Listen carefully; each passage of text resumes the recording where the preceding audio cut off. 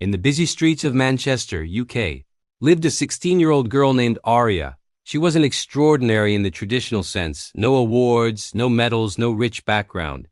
What made her different was the weight she carried inside her heart.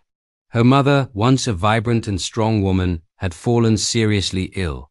Her father worked long night shifts just to afford basic medicine. Aria, being the eldest, had to balance school, part-time work, and taking care of her little brother. Most days she felt like a candle burning from both ends, giving light to others while melting silently herself. At school, Aria rarely spoke about her struggles. She wore a smile that hid storms. But teachers noticed her exhaustion. One day, her literature teacher, Mrs. Hughes, asked, "Aria, are you okay?" She nodded. "I'm fine." But her trembling voice said otherwise. That evening, after her part-time shift at a small bakery, Aria ran home through the cold wind. She found her brother crying beside her mother, who had fainted again due to weakness. Aria felt a surge of fear. She called an ambulance, praying silently, "Please, don't take her away. I'm not ready." At the hospital, the doctor said, "She needs treatment soon. Without it, recovery will be difficult." The cost was more than Aria had ever seen. She felt her world collapsing.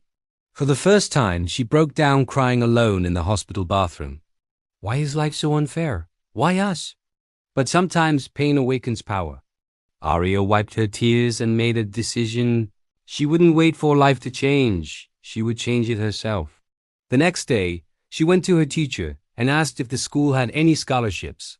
Mrs. Hughes handed her a flyer for a national writing competition. Winner gets a full scholarship and financial support. Try, Aria. You have a voice the world needs to hear.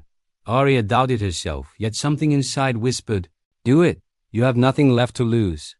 Every night, after cooking dinner and putting her brother to sleep, she wrote.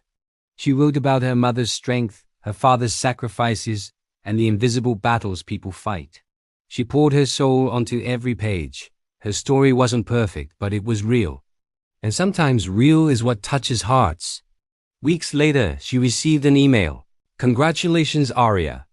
You are the national winner." She stared at the screen in disbelief. Tears streamed down her face, not of pain but relief. She ran home, hugging her mother tightly. "Mom, we're going to be okay. I won."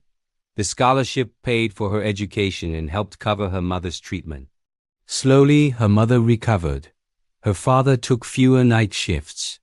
Her brother smiled again. And Aria? She became a symbol of silent strength, proof that even the most fragile-looking person can carry the heaviest burdens.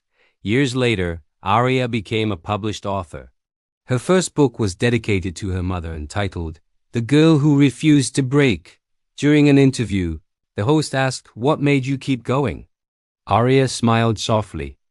"Because every time life pushed me, I learned to push back. Pain didn't break me, it shaped me."